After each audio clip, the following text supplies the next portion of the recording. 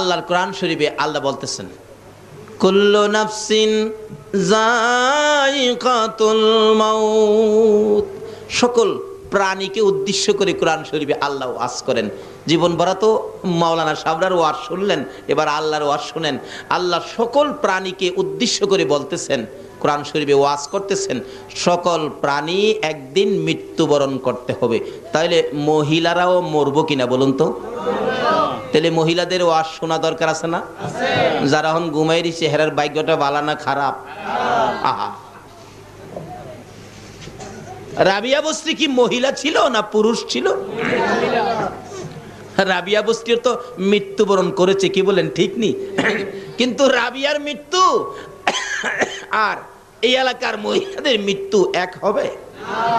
রাবিয়া মৃত্যুবরণ করে কবরে শুইছে।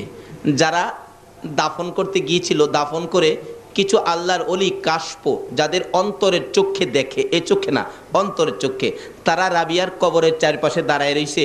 মুলকিন নকির আয়সা কি কয় শুনবার লেগা। রাবিয়া তো একটা মহিলা মিয়া, দাঁড়ায় রয়েছে। জিগায় মুলকিন নকির আয়সা, জিগায় তোমার রব কে? রাবিয়াকে জিগাই তোমার রব কে? রাবিয়া কবরে কথা কয়, হে হে মুলকিন নকির, তোমরা যে এইভাবে জিজ্ঞেস করবা এটা আমি জানি, আমার নবী কইছে। এটা কেমন মহিলাও? অহানের মহিলারা তো কোন হলে কোন বই চলে, কোন বারে টিভি কোন বই দিব এই খবর কইতারে কি। আর রাবিয়া কেমন মহিলা? কবরের মধ্যে মুলকিন নকিরের সাথে জবাব দেন, এ মুলকিন নকির, এই কথাগুলি যে তুমি জিজ্ঞেস করবা এটা আমার নবী কইছে আমি জানি।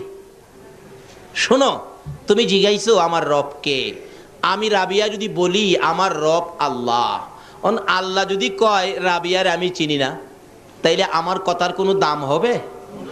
কি সুন্দর পয়েন্ট দেখছেন। এখন তো দেখবেন বড় বড় ব্যবসায়ী পয়সাওয়ালা মন্ত্রী মিনিস্টার হইলে যার আত্মীয় না হ্যাঁ কিন্তু কয় আমার আত্মীয়, আর গরিব যদি আত্মীয় হয় কয় না এর আমি চিনিই না। এই খাসিলত আসেনি আমাকে।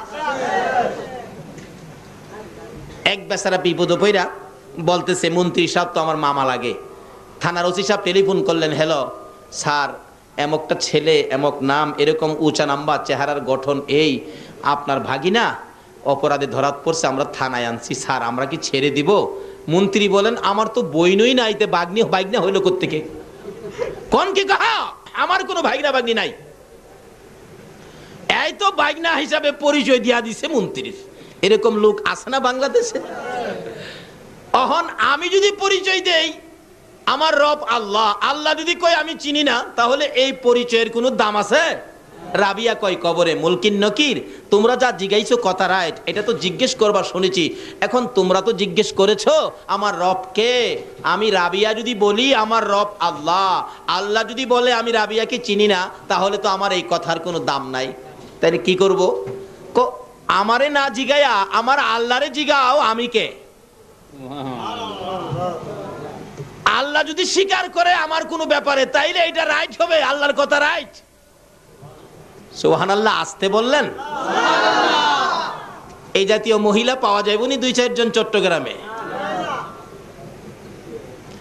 তাইলে আজকের ওয়াজ শুনে মহিলারাও এই জায়গায় যাওয়া দরকার আছে। বিদায় অনুরোধ করব মা বোনদেরকে, বাচ্চাদেরকে পিঠে থাপ্পড় দিয়ে ঘুম পাড়ায়া 2টা কোরআন হাদিসের কথা শোনো, কারণ তুমিও তো মৃত্যুবরণ করতে হবে। নাকি মহিলারা মরে না? না মরলে দরকার নাই। কিন্তু আল্লাহ তো বলছে কুল্লু নাফসিন যায়িকাতুল মাউত, সকল প্রাণী মরবে, মহিলাদেরকে ছাড়বে না। কি বলেন, ছাড়বে?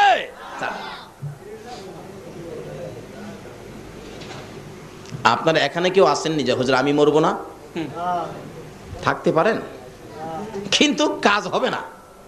যত মন্ত্রই পড়েন, মত থেকে বাঁচার কোনো মন্ত্র নাই।